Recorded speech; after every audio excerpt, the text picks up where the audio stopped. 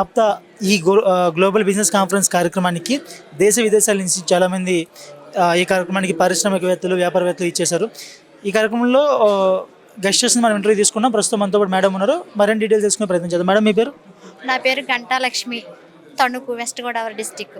Madam, మీరు west Godavari district నుంచి హైదరాబాద్కి ఈ కార్యక్రమం కోసం వచ్చారు. ఎలా అనిపించింది ఈ 2 days ఈ ప్రోగ్రామ్? ఈ 2 days ఈ ప్రోగ్రామ్ చాలా చాలా బాగా చేశారు.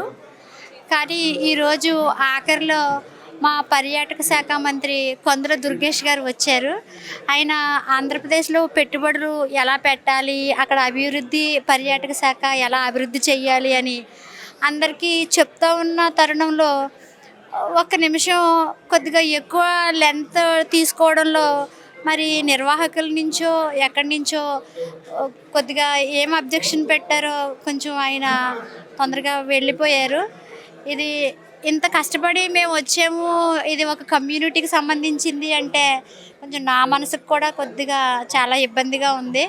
అంటే మా ఏరియా మినిస్టర్ గారు వచ్చి మన అభివృద్ధి కోసం చెయ్యాలి, ఇంకా మీరంతా కూడా అక్కడ కూడా ఇలాంటి ప్రోగ్రామ్స్ చెయ్యాలి, పెట్టుబడులు అక్కడ కూడా చెయ్యాలి, అమరావతి డెవలప్ చేయాలి, అక్కడ కూడా పర్యాటక రంగం అభివృద్ధి చెందాలి అని ఆయన ఎంతో ఇదిగా చెప్తా ఉన్నారు.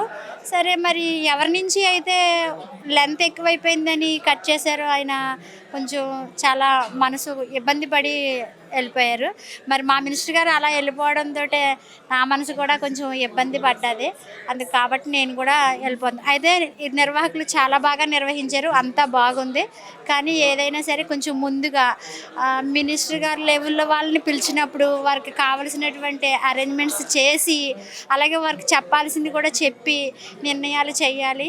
మరి తొందరపాటు చర్యల వల్ల టైం ఎక్కువ లేదు అంటే ఎవరికైనా కొంచెం మనసు కష్టంగా ఉంటుంది కదా. అందుకు నేను కూడా చాలా బాధపడుతున్నాను. మేడం, ఇప్పుడు ఈ ప్రోగ్రాము కొత్త పారిశ్రామికవేత్తలు తయారవడానికి ఉపయోగపడేదని భావిస్తున్నారు? ఎగ్జాక్ట్లీ. ఎందుకంటే కొత్త పారిశ్రామికవేత్తలు రావాలి. ఇక్కడ ఈ Hyderabad already developed area, develop చేసేసారు. నారా చంద్రబాబు నాయుడు గారు చాలా బాగా డెవలప్ చేసేసి చక్కగా అన్నీ ఇక్కడ పెట్టినప్పుడు మనకి మన ఆంధ్రప్రదేశ్ 2 భాగాలుగా గవర్నమెంట్ విడదీయడం జరిగింది. అందులో భాగంగా ఇప్పుడు మళ్ళీ అమరావతి డెవలప్ చేసుకోవాలి. అంటే అమరావతి డెవలప్ చేసుకోవాలంటే ఇక్కడికి ఎవరైతే పారిశ్రామికవేత్తలు, క్యాపిటలిస్టులు అమెరికా నుంచి వేరే వేరే దేశాల నుంచి వచ్చారో వాళ్ళంతా కూడా అమరావతి లాంటి దగ్గర పెట్టుబడులు పెట్టి ఇంకా అక్కడ అభివృద్ధి చెందాలి. ఇదే క్యాపిటలిస్టు త్వరలో అమరావతిలో కూడా చెయ్యాలి.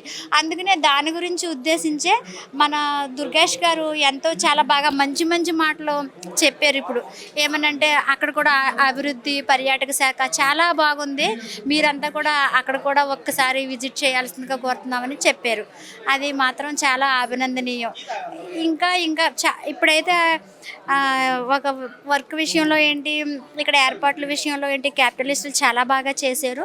అయితే ఆహ్వానితులు ఎవరైతే ఉన్నారో వారికి ఇంకా మరింత సమాచారం ఇచ్చి ఉంటే కనుక వాళ్ళు కూడా ఒక ప్రోగ్రాం రెడీ చేసుకుని ఇక్కడికి వచ్చి మాట్లాడటానికి చాలా బాగుండును.